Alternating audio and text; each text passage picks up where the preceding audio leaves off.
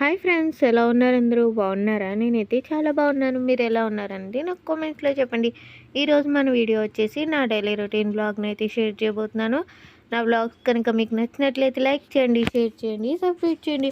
పక్కనే ఉన్న బెల్ ఐకాన్ని క్లిక్ చేయడం మాత్రం మర్చిపోకండి. ఉదయాన్నే లేచి ఇంట్లో పనులన్నీ పూర్తి చేసుకొని తలస్నానం చేసి ఇంట్లో పూజ చేసుకొని సుబ్రహ్మణ్యేశ్వర స్వామికి అభిషేకం చేసుకోవడానికి వెళ్తున్నాను.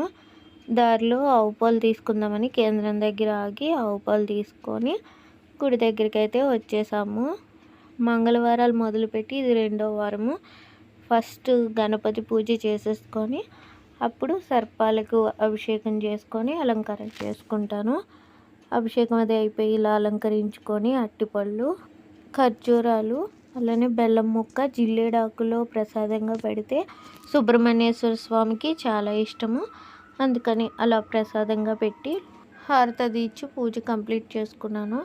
లోపల స్వామివారిని దర్శనం చేసుకుంటున్నాను. ఈ గుడి 1958 నుంచి ఇక్కడ స్వయంభూగా వెలిసారంట. ఇక్కడ చాలా ప్రసిద్ధి.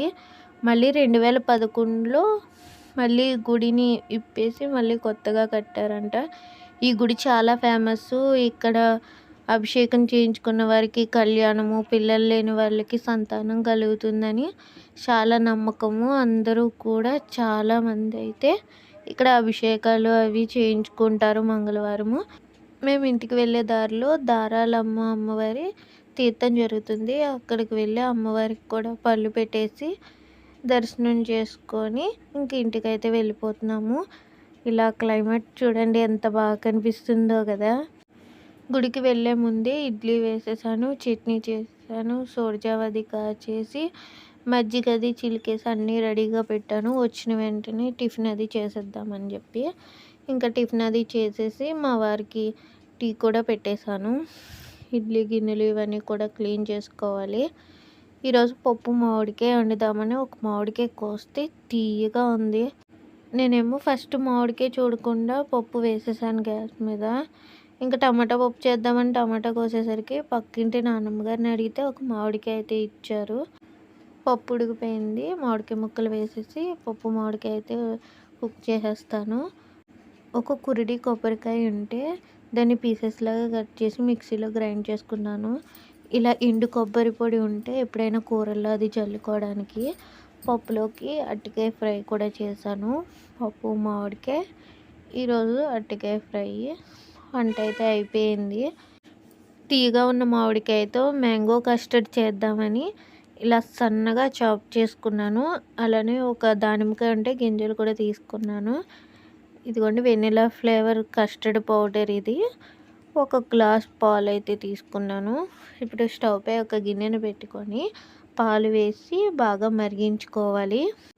పాలు బాగా మరిగి 2 పొంగులు వచ్చిన తర్వాత ఇందులోకి స్వీట్నెస్కి సరిపడా షుగర్ని యాడ్ చేసుకోవాలి.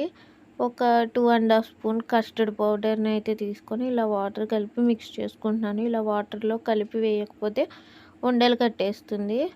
అందుకు వాటర్లో మిక్స్ చేసేసి ఇలా వేసేసాను. కస్టర్డ్ పౌడర్ వేసాక పాలు అనేవి చిక్కబడతాయి.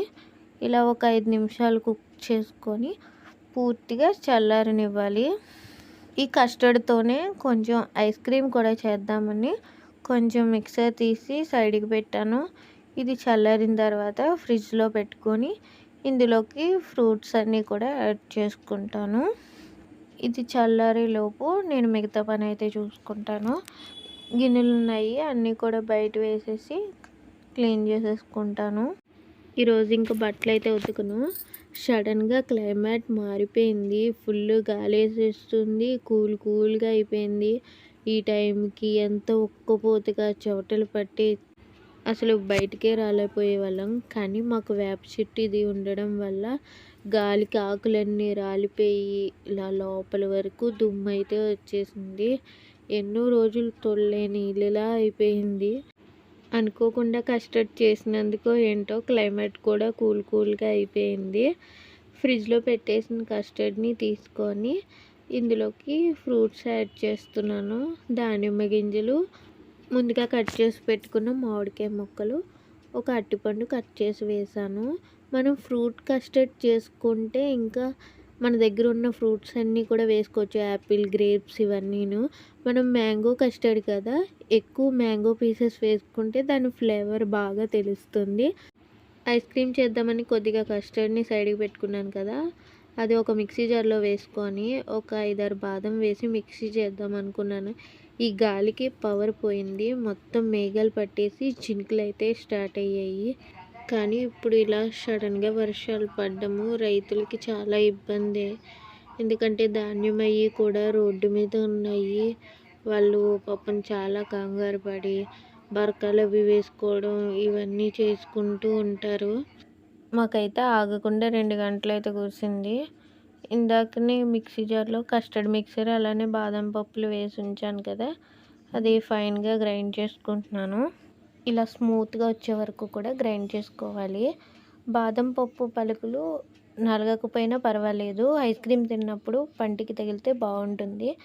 అలానే నేను పాల మీద మీగడ తీసుకుని పెట్టుకుంటాను కదా, అది ఒక 1½ స్పూన్ అయితే యాడ్ చేశాను. ఇలా పాల మీద మీగడ వేయడం వల్ల అచ్చం బయట కొన్న ఐస్ క్రీమ్ తిన్న ఫీలింగే వస్తుంది మనకి.